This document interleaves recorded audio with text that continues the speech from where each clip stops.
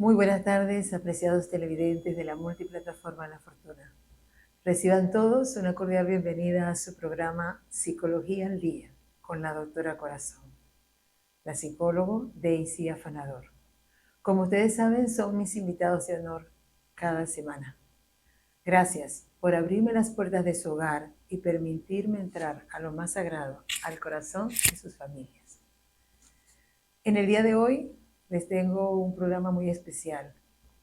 Es mi primer programa alusivo a las fiestas patrias, 19 de abril de 1810.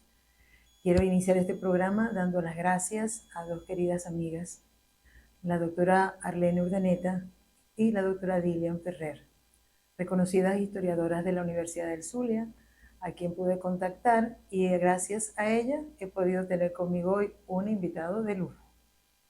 Les tengo a ustedes porque, por supuesto, si es una fecha patria, debemos entrevistar a un historiador, ¿verdad?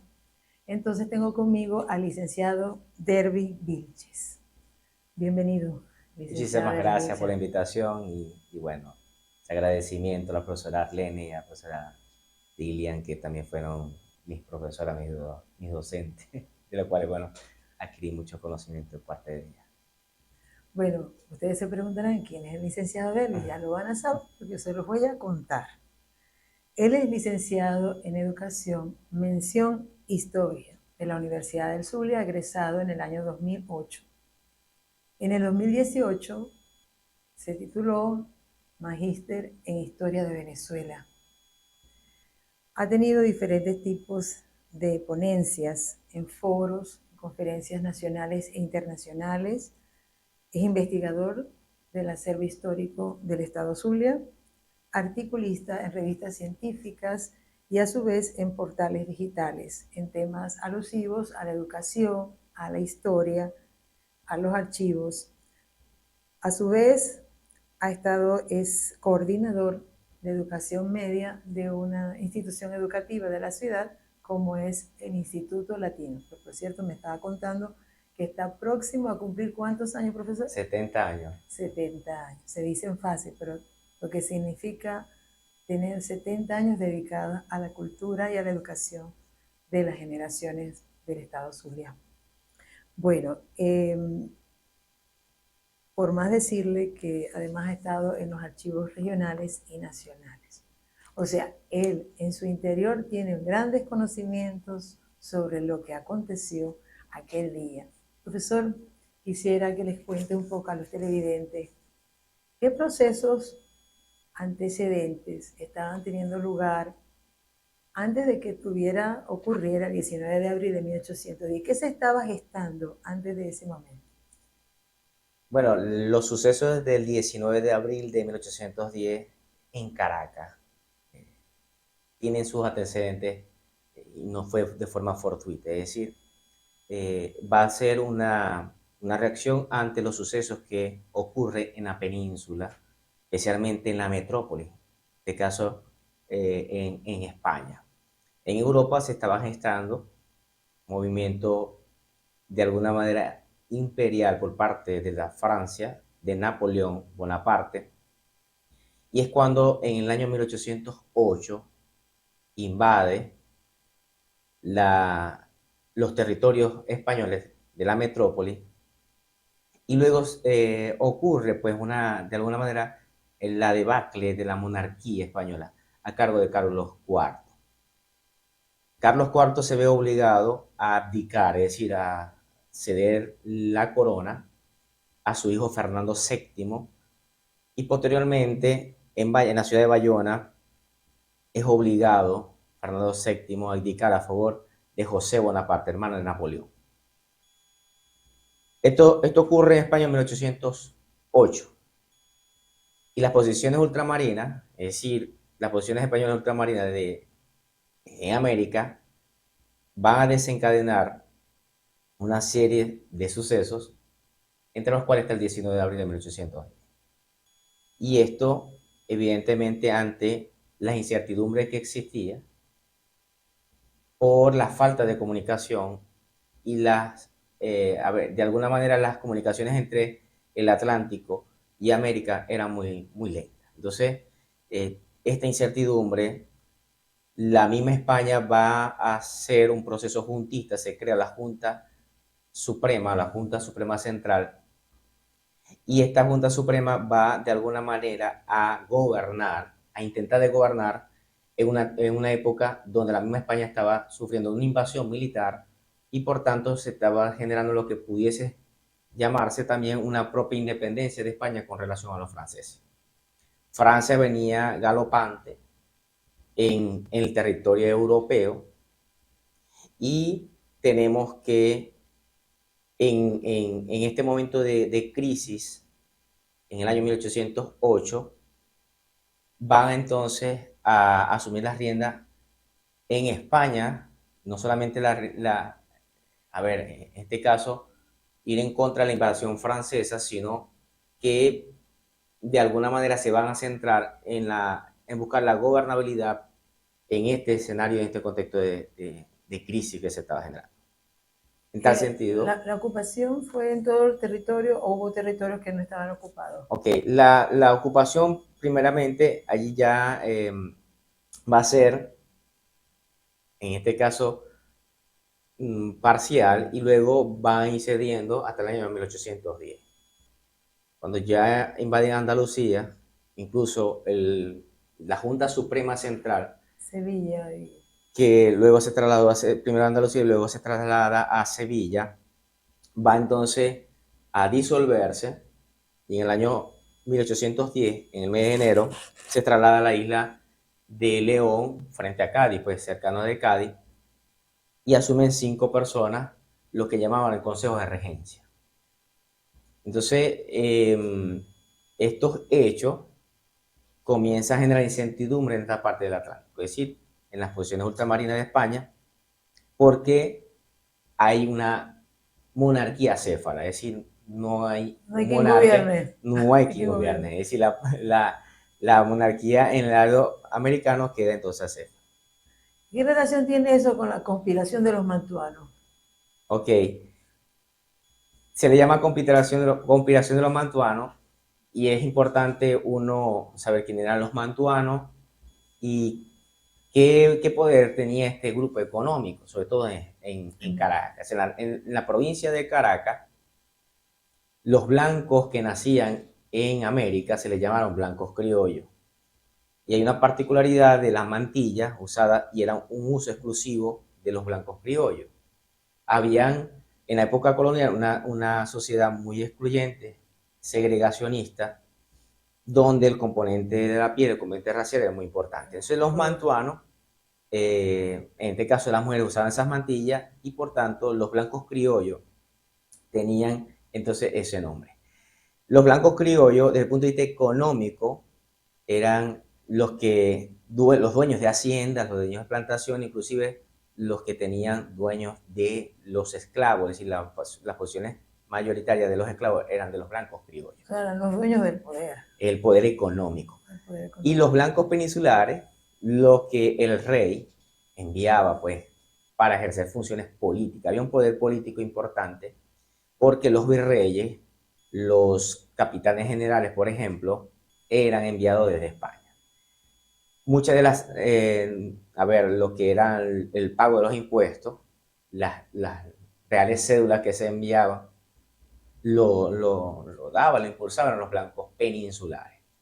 Entonces, habían, por ejemplo, reales cédulas donde se cobraban altos impuestos y esos impuestos los que entonces, en todo caso, se iban a ver afectados eran los blancos criollos, que eran los que tenían el dominio económico.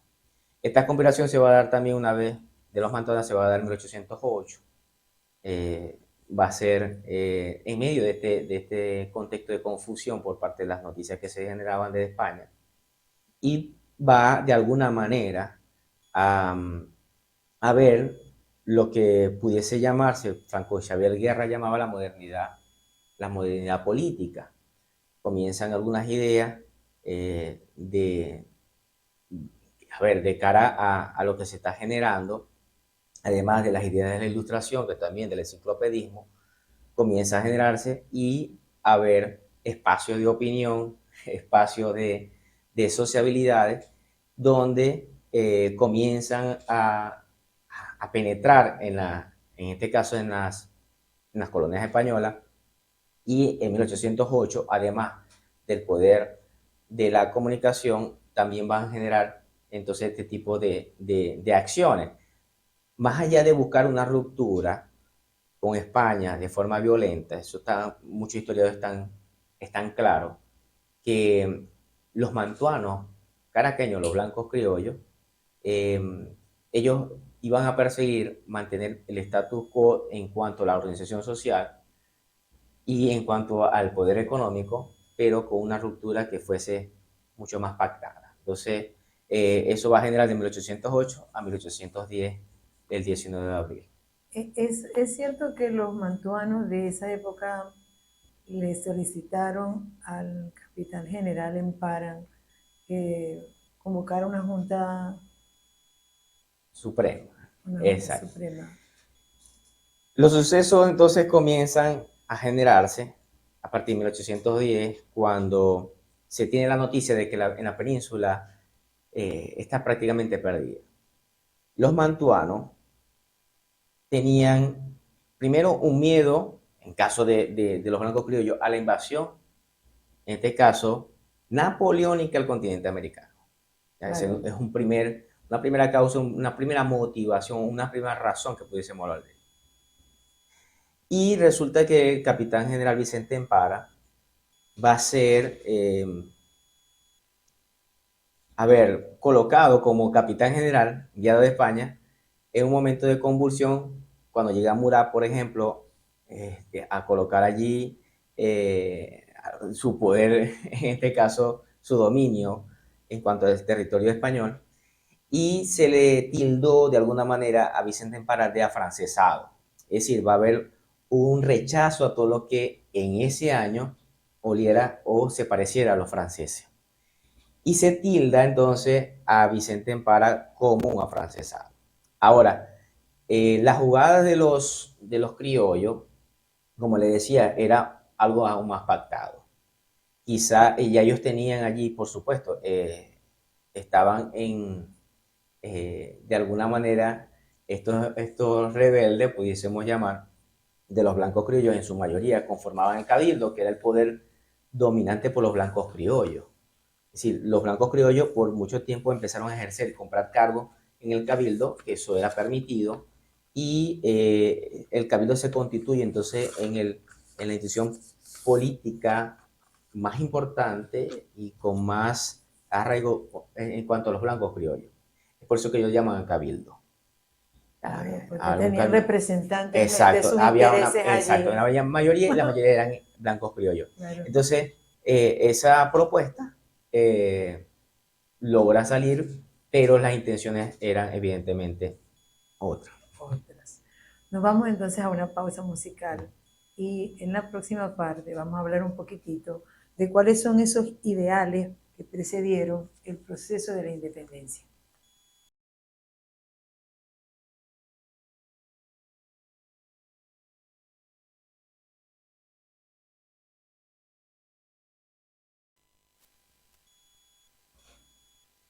Bueno, queridos amigos, aquí continuamos nuestra maravillosa entrevista con el licenciado Dervis Vilches. Y como habíamos dejado en el aire una pregunta sobre cuáles son esos ideales que sustentaban todo lo que vino a ocurrir, que fue el proceso de independencia de Venezuela. Adelante. Anteriormente mencionaba lo que era la ilustración.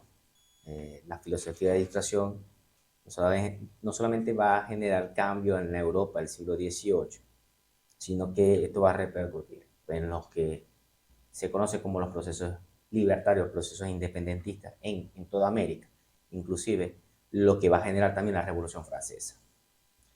Los ideales de libertad, igualdad, fraternidad, consagrados en la misma Revolución Francesa, además de cuestionar lo que se conoce como el antiguo régimen del despotismo ilustrado, las monarquías absolutas, etcétera, etcétera. Esto conlleva a pensadores y plantearse, primero en la división de los estados, del Estado, ¿no? Y construir lo que ya desde los griegos se le llamaba la cosa pública o la república. No solamente estamos hablando de un proceso político, sino también de ideas, una revolución de ideas, y que eso logra distribuirse de alguna manera o generarse en un ambiente de ideas, de debate y sobre todo con la imprenta de por medio. Es decir, la imprenta va, va a fungir lo que hoy pudiésemos llamar las redes sociales, es decir, cómo llegar estas ideas a las mayores poblaciones posibles. Y es por eso que se construye la enciclopedia, también se llama el enciclopedismo. La república es el gran ideal, no solamente tener una ruptura con relación a los imperios, sino que también representaba un cambio en el orden político, es decir, de ir de una monarquía con súbditos a pasar a tener una república con ciudadanos, que es un En proceso. sentido de equidad, de igualdad.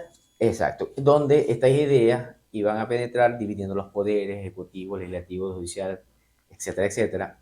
Y lo que vemos ahora en cuanto a las constituciones, ¿ya? Y por eso es que no solamente cuando ya el 5 de julio declara la independencia, sino que en el mismo diciembre del mismo año se va a construir la primera constitución.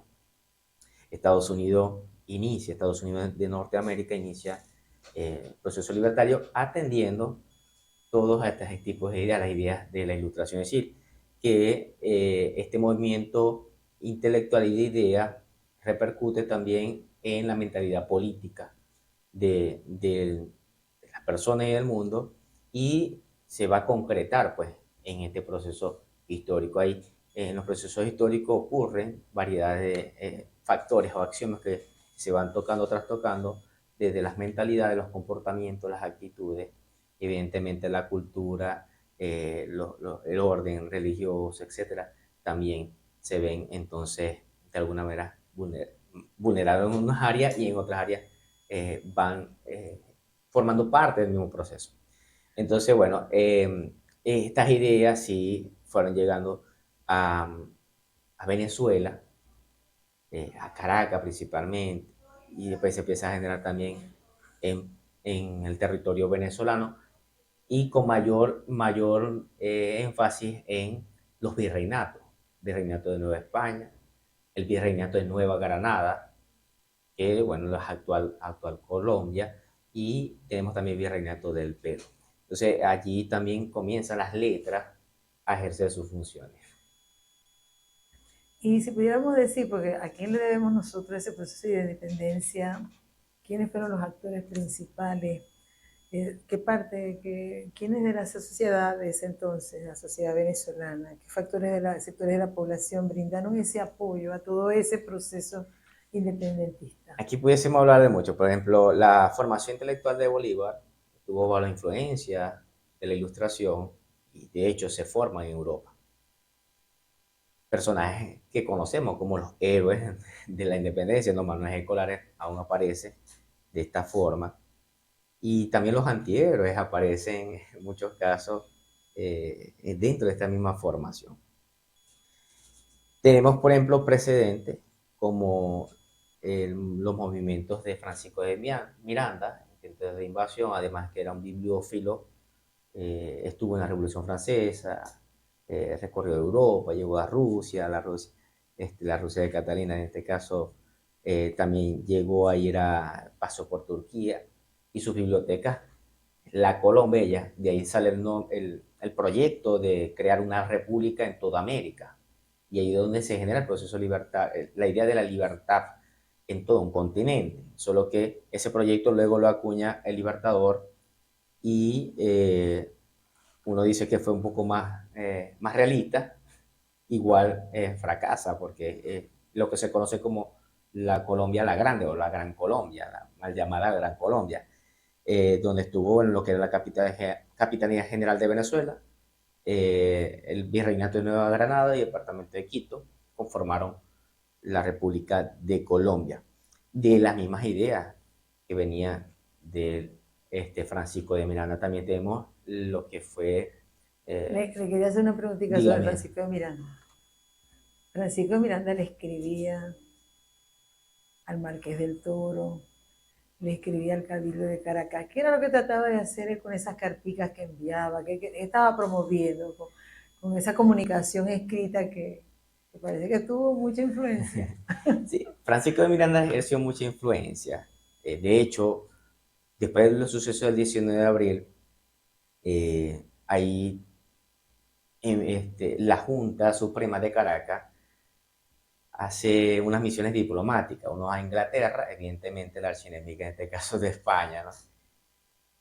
Pero que a su vez estaba viendo como aliada de España ante lo que ocurría con Napoleón. Uno fue a otra misión, la enviaron a los Estados Unidos, donde fallece el hermano de Simón Bolívar, y otro hacia Nueva Granada. Y luego se traen a Francisco de Miranda. Él fracasa en 1808 la invasión y traen a Francisco de Miranda, pero ya lo que son correspondencias, cartas, proyectos, plantear, buscar financiamiento para invasiones, para todo eso, va a ser como un actor importante Miranda en lo que se llama la Primera República. Carraciolo Parra Pérez, libro extraordinario, Historia de la Primera República de Venezuela, básicamente Tome es... nota, Carraciolo Parra Pérez, Sí, busquen sí, el libro. exacto, un libro ¿Cómo, extra, ¿Cómo se llama el libro, profesor? Historia de la Primera República de Venezuela. Y tú vas a ver allí que, claro, uno de los historiadores mirandinos, o sea, que logra, además de descubrir el archivo de Miranda, más que descubrir, sí, lo descubre prácticamente dónde está el archivo de Miranda, fue Carraciolo Parra Pérez cuando era diplomático. Y es uno de los expertos en el área de estudio de Francisco de Miranda. Y en ese libro tú vas a ver, está el personaje quizás como un actor, a veces está estelar y otras veces como telón de fondo, para poder decir que los sucesos de la Primera República. De hecho, es el actor principal de la Primera República. Una vez que llega acá, comienza, exacto, crea la sociedad patriótica, comienza todo este conjunto de ideas.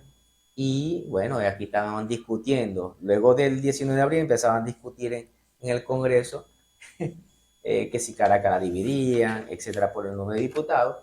Y él es uno de los bases, de los promotores de declarar definitivamente la independencia de Venezuela del Imperio Español.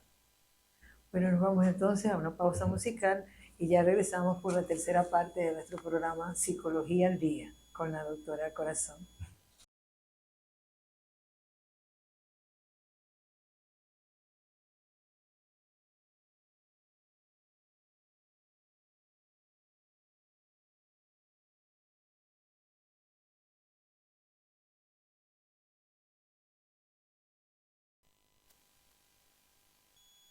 Y ahora, queridos amigos, ustedes se estarán preguntando, pero bueno, ¿qué será lo que sucedió el 19 de abril de 1810? Vamos a preguntárselo al profesor Vichy. Profesor, échenos el cuento de qué fue lo que pasó aquel día. Ok, ya entonces la figura de Vicente Empara, vista por los mantuanos caraqueños, y esto hay que dejarlo claro, unos sucesos que se reducen a Caracas, en donde nosotros vivimos, el actual estado Zulia, provincia de Maracaibo, no se apega a la Junta Suprema. Ni la de Coro, ni la de Guyana Ni Coro tampoco. ni Guayana no se alinean, sino que se disuelve la Junta Central en España, luego se crea el Consejo de Regencia. Estas provincias que menciona estuvieron entonces leales al Consejo de Regencia, a la corona y española. en Caracas, lo que dice en el acta del 19 de abril, porque hay un acta, ellos redactan, es por el bien, por la salud pública de los habitantes, ellos deciden crear una Junta Suprema.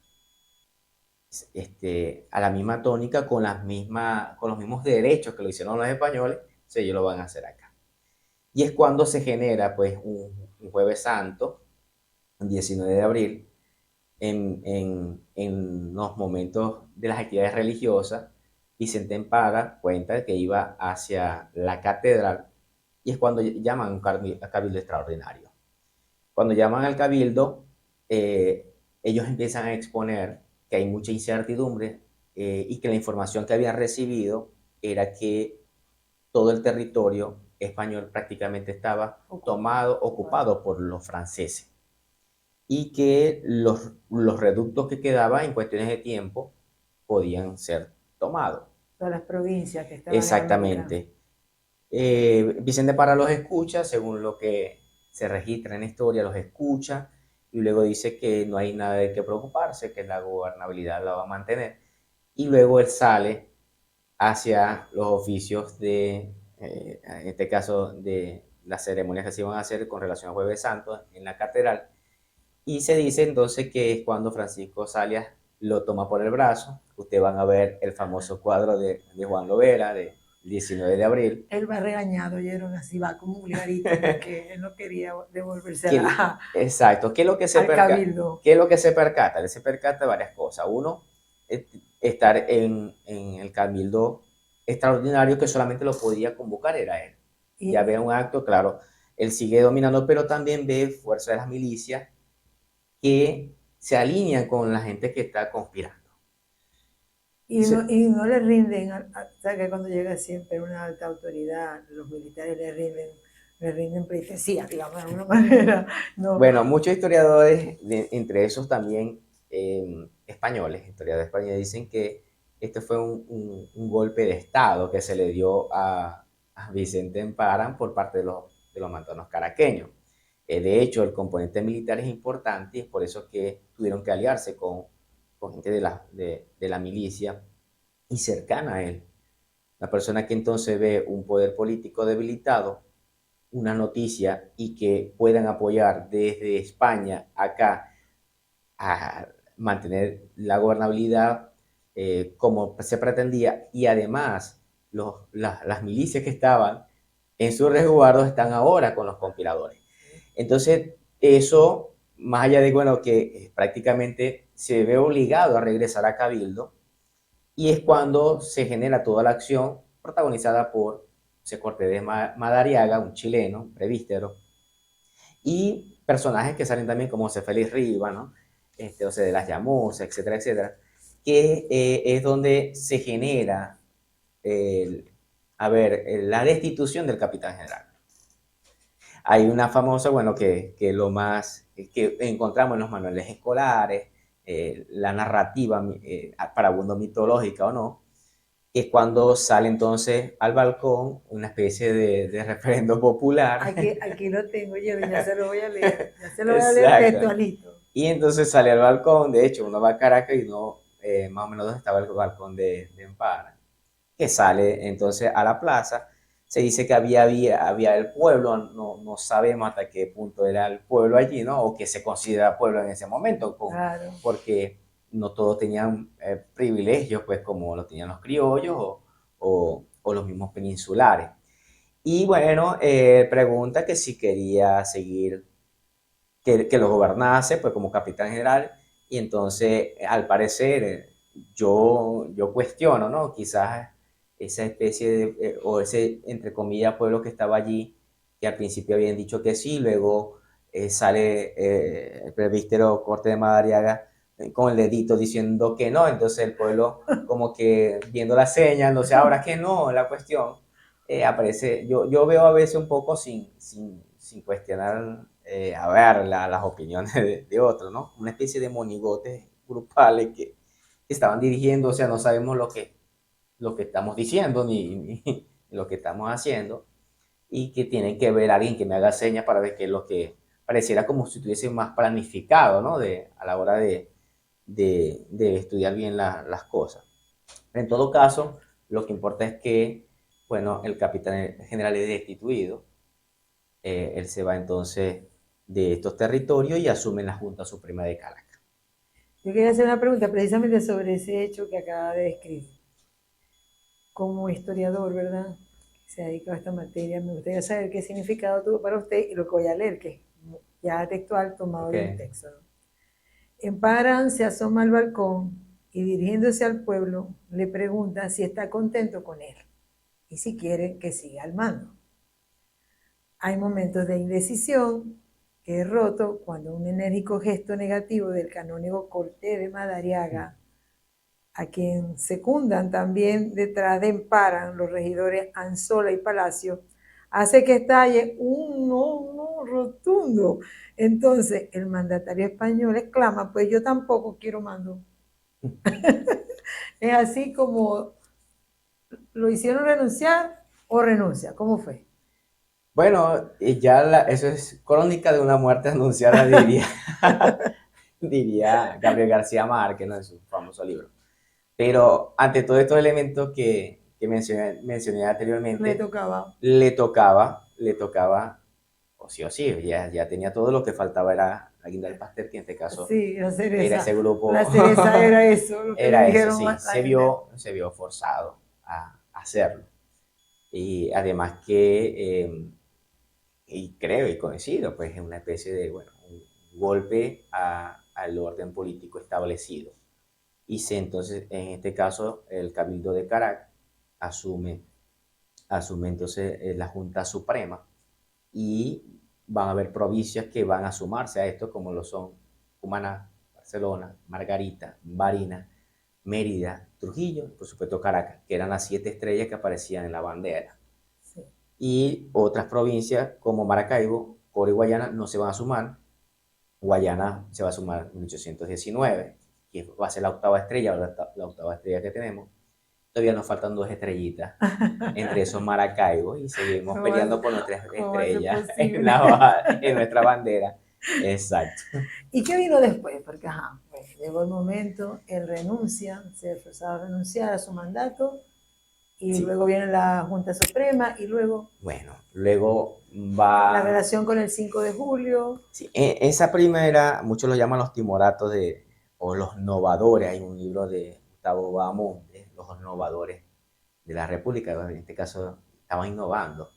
Y Bolívar lo criticó como una república aérea, en donde los llamó muy ideales, lo cuestiona mucho el Libertador en los documentos. Y entonces va a venir entonces el proceso que va a llevar a la independencia como tal, porque en el acta se dice, o se justifica, en el acta del 19 de abril dice, es un acta que es conservadora de los derechos del rey Fernando VII. Porque eso es otra cosa. Supuestamente esa junta se hizo para defender los derechos del rey Fernando VII, que estaba secuestrado. Estaba secuestrado. Y por después fue dando vueltas y se convirtió en otra cosa. Exacto. Carracero Parra Pérez le llama de que, bueno, eso fue una excusa o una mascarada, que le llama, que utilizaron el 19 de abril. Porque luego, exacto, eso luego... se cree. Sí, entonces, claro, los hechos que sucedieron pues, posteriormente, y el comportamiento de muchos de ellos, vamos a ver de que, bueno, la intención entonces era buscar la ruptura, que es lo que se va a dar el 5 de julio. El 5 de julio se va a dar una vez de los debates que se van a generar en la sociedad patriótica, este grupo, círculos. Había muchos intelectuales allí. Exacto, entonces eso es lo que Franco Isabel Guerra llama también la modernidad política, cómo comienza a aparecer, y las ideas, los debates, los clubes, en este caso, se van a generar hasta que llega pues el momento de debatir la independencia, un 3 de julio. Comienza entonces, punta emoción, vamos a discutir aquí la ruptura definitiva, ningún Fernando VII, sino una república. Fernando VII. Instalar una república acá independiente. Exacto. Y el 5, en sesión del Congreso, ¿verdad? Se discute, ¿verdad? Sí, y se elabora el documento y se firma y se aprueba. Sí, eso se va a aprobar posteriormente el 7. Claro, es un documento, si tú lo lees, es bien pensado, bien ponderado, no era una decisión a la ligera. ¿Quién escribió ese maravilloso documento? Juan Germán Rocio. ¿Verdad? Juan Germán Rocio, sí. Y el triunfo de la libertad sobre el despotismo posteriormente lo va a escribir allá en los actuales Estados Unidos, en Filadelfia. También una joya y un testimonio de la época. Y es que el 7 de julio, o sea, esos días sucesivos, hicieron un paquete, un combo completo, porque fue firmar, aprobar el himno, el escudo, la bandera, un combo con todo listo. Sí, claro. Eso no podía ser una cosa improvisada, profesor, yo creo que eso estaba bien meditado. Claro, porque todo eso son discusiones. Además que se estaban construyendo repúblicas. Y cuando comienza a construirse la república, se sigue construyendo. El tema nacional, el tema de la identidad nacional es algo construido. Y es por eso que estos pasos son importantes. Y además de llamar pues, a un Congreso Constituyente que sigue sesión para sancionar la primera constitución en 1811, 21 de diciembre. Entonces, esos son elementos fundamentales para poder entonces ver el comportamiento de ellos. Pero todo esto era ideas, discusiones. No es cualquier cosa, era algo exacto, profundo. Profundidad, exacto, pero siempre va a haber un pero. No todos estaban a favor de la ruptura con España. Fíjate que en estos primeros años no eran los españoles que vinieron para acá, nos invadieron y luchamos la guerra por la independencia. España estaba viviendo su propio proceso de liberación con los franceses y luego se va a empezar a desencadenar. Primero los canarios, los blancos canarios, van a comenzar y ahí sale Rodríguez el Toro, el marqués. Exacto. Y luego la primera república cae, bueno, cuando toman Puerto Cabello y cuando Francisco de Miranda, bueno, capitula en 1812. Es decir, que el 5 de julio declaran la independencia en 1810 y del 1811 y al 1812 se pierde, entonces vuelven a tomar las fuerzas realistas, o en este caso los leales, o los monárquicos, pudiésemos llamar también a aquellos que querían mantener un estilo de vida monárquico, porque muchísimos años, más de 300 años, bajo unas estructuras, instituciones monárquicas. ¿Y qué es esto de república? ¿Con qué se come eso? O sea, sí, claro, ¿qué es eso de que ahora los dejo ser súbditos para ser un ciudadano? Era un proceso, una transformación que se añoraba, pero que al mismo tiempo se temía. Se temía. Representaba dejar unos privilegios que se habían obtenido y tal vez unos esfuerzos mayores, pero por supuesto. Esto indica que todo lo que se ha logrado en el tiempo ha sido sangre, sudor y lágrimas personas. Exacto, sí. Y también de lo que somos como venezolanos. Seguimos construyendo las identidades venezolanas, la venezolanidad y también la zulianidad, porque la muy noble y leal ciudad de Maracaibo se va a dar en 1813 por la regencia. Vamos a tener un diputado, José Domingo Arrú, que era una de las representaciones de la provincia de Maracaibo importante, y también poder colocar estas versiones también de los realistas, porque mucha gente que era la monarquía que no era tan criolla como los mismos libertarios. Por ejemplo, la familia Bolívar. María Antonia Bolívar afecta, claro, mucho dice, bueno, que se interese económico de lo demás, pero la misma familia Bolívar, uno estaba liderando la independencia y otro estaba, entonces... No era fácil, había contradicciones internas entre la misma familia. Familiares. Bueno, nos vamos a una nueva pausa, ya regresamos a la última parte de su programa Psicología al Día con la doctora Corazón.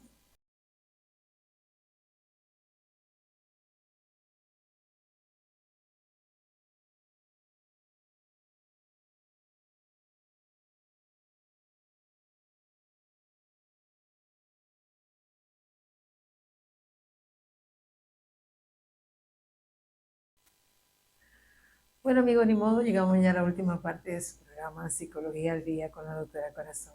Esta parte es un poco más fresca porque vamos a hablar un poco de lo que significa en estos tiempos ser historiador, ¿verdad? Y porque esa es una función que en todos los ámbitos en que se desenvuelva la persona, tanto si es educación media o universitaria, es dar a conocer a los estudiantes con mucha capacidad de creatividad para que disfruten ese conocimiento, se involucren con él, lo sientan, en lugar de que sea un contenido aburrido, sino algo agradable, divertido. Como decía el profesor Carlos Zapata, aprendizaje divertido y eficaz. Entonces, estaría una cosa, profesor Derby, ¿cómo se siente usted como historiador y cuáles han sido los mayores desafíos que ha tenido que enfrentar en ese rol? Bueno, es una pasión que fue contagiosa, porque al principio yo no quería estudiar, no me pasó por la mente estudiar una profesión pues, como la historia, ¿no? Y digo contagiosa por los buenos profesores que tuve en la universidad. Oh, Entonces, yes. es importante tener unos buenos profesores y además que te contagien esa pasión. Me siento ciertamente lector apasionado y un historiador apasionado, donde que, por supuesto, uno va a ver también cuáles son esas trabas, qué es lo que logra frustrar. Y más que frustrar es el desafío que uno tiene, ¿no? Sobre todo en la preservación de los archivos, que se viene siendo la memoria de, de los pueblos, ¿no? Escrita y tangible. Y como Y de los esa memoria. cuidados que debe tener también para la salud, tanto de su Sí, vista sí, por como... supuesto, ¿no? Claro, el cuidado debe ser completo, tanto para los documentos como para uno, para uno. porque si no, ahí se perdería la memoria, se perdería la historia. O sea, la memo es verlo como la memoria humana, ¿no? En la memoria, lo importante de que tú logres recordar el abecedario, por ejemplo, pues si todos los días, si el pasado no existiera en la memoria, todos los días aprendieras el abecedario nuevamente. Claro. Entonces, el desafío es no solamente darle, traerle a memoria, sino generar el conocimiento histórico. Que la historia como vida está transcurriendo, pero ese oficio donde pueda buscar a través de las fuentes, bien sea documentales, bien sea pintura, es decir, cualquier vestigio que pueda utilizarlo como fuente y generar el conocimiento y después que uno genere ese conocimiento, enseñarlo, eso es un desafío, ¿no? Que lo va a hacer todo uno, no, eso es un trabajo en conjunto de los profesionales, en este caso de la historia, y que, bueno, en el estado Zulia, pues en Venezuela, se atiende, pues, eh, en distintos escenarios. Y tenemos, por ejemplo, el Archivo General de la Nación, el más, más amplio que tiene el depósito documental. El segundo es el del Estado Zulia, que está en el acervo histórico del Estado. Entonces, tenemos un archivo muy rico para ello y, por tanto, crear conocimiento y luego llevarlo, en este caso, como es el mío, a la escuela. Luego utilizo otra ciencia como la pedagogía, que también es compleja, para pues entonces llevar este conocimiento a los ciudadanos, porque seguimos construyendo ciudadanos. Sí. Entonces ese es el objetivo, más que el objetivo, el desafío que tengo y que me apasiona pues hacer eso. Y en cada época que va transcurriendo siempre hay cosas que contar, porque cada momento de la vida hay hechos, acontecimientos que deben ser relatados para las siguientes generaciones. O sea que la historia es dinámica. Estamos Por, haciendo historia todos los días. sí, la historia es vida, pues, en este Sí, caso, es dinámica. y que tú no puedes decir, no, yo ahora pude pasado, es decir, vas a hablar del pasado desde un presente, y siempre estamos en constante pasado, presente y Claro, futuro, es decir, porque lo que hemos leído es de aquellos que en su momento tuvieron el valor de escribir lo que estaba ocurriendo y los que están ahorita tienen que tener también esa fortaleza de narrar los hechos de la actualidad para las siguientes generaciones se conozcan qué fue lo que ocurrió en estos tiempos.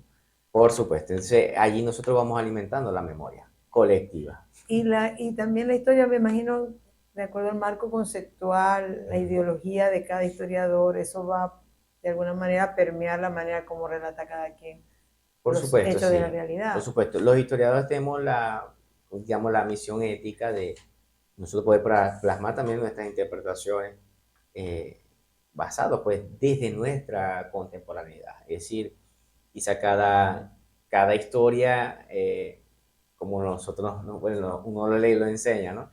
Eh, corresponde a tantos historiadores, pues la escriban. Entonces, las historias también vamos a ver, yo voy a leer, bueno, a leer un texto de historia de Dervis Vilche, entonces resulta que, claro, la visión de este historiador en función a ese momento histórico y qué es lo que tomó, cuál fue su enfoque, su visión. Y ese es el aporte que va a generar a la sociedad. Entonces, esto es un continuo. Es decir, la identidad nacional y su relación con la historia. Bueno, esto sería un tema muy interesante, eso es otro tema. Sería solamente un pequeño Sí, acceso, nada más, no vamos a exacto, sí. profundizar en ese detalle. Eso Exacto, será para sí. una próxima Oh, oportunidad. sí, quizás.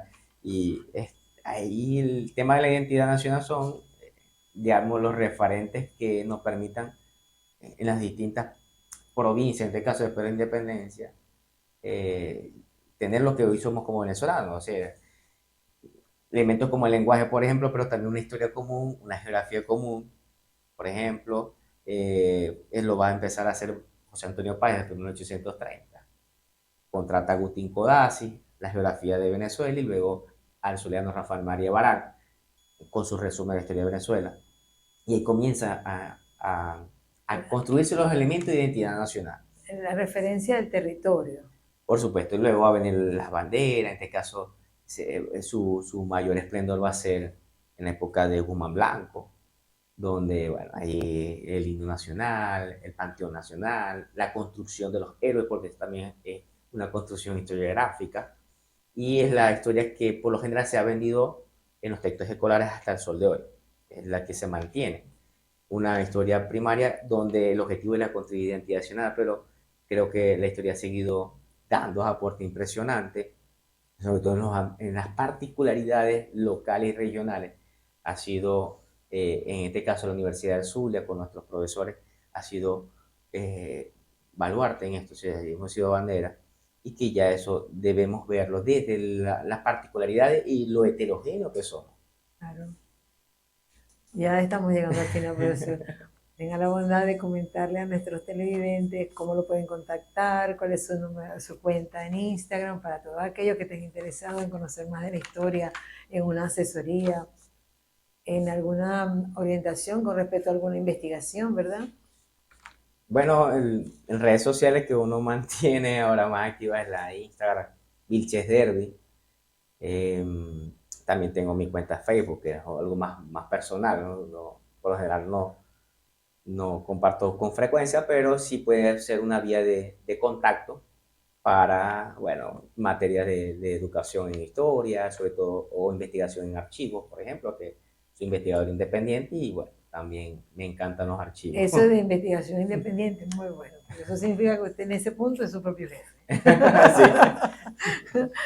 Muchísimas gracias, Bueno, profesor, un por haber placer, aceptado un esta placer. invitación. Para todos los amantes de la psicología, fue un placer haberle llevado este programa dedicado hoy a una fecha patria tan importante como el 19 de abril de 1810. Y como ustedes saben, al final siempre les leo un pensamiento célebre. Y estos dos son de nuestro querido Simón Bolívar. Para el logro del triunfo siempre ha sido indispensable pasar por la senda de los sacrificios. O sea que las grandes conquistas siempre van a representar grandes esfuerzos. Así que no nos quejemos, son grandes esfuerzos que valen lo que pesan. Y la educación es el fundamento verdadero de la felicidad. Por eso estamos reunidos aquí, porque nos amamos la educación y somos felices transmitiendo el conocimiento. Bueno, feliz tarde, muchísimas gracias a todos y que Dios los colme de bendiciones, como decía mi querido amigo el doctor Guillermo Cristalino Santana. Bye.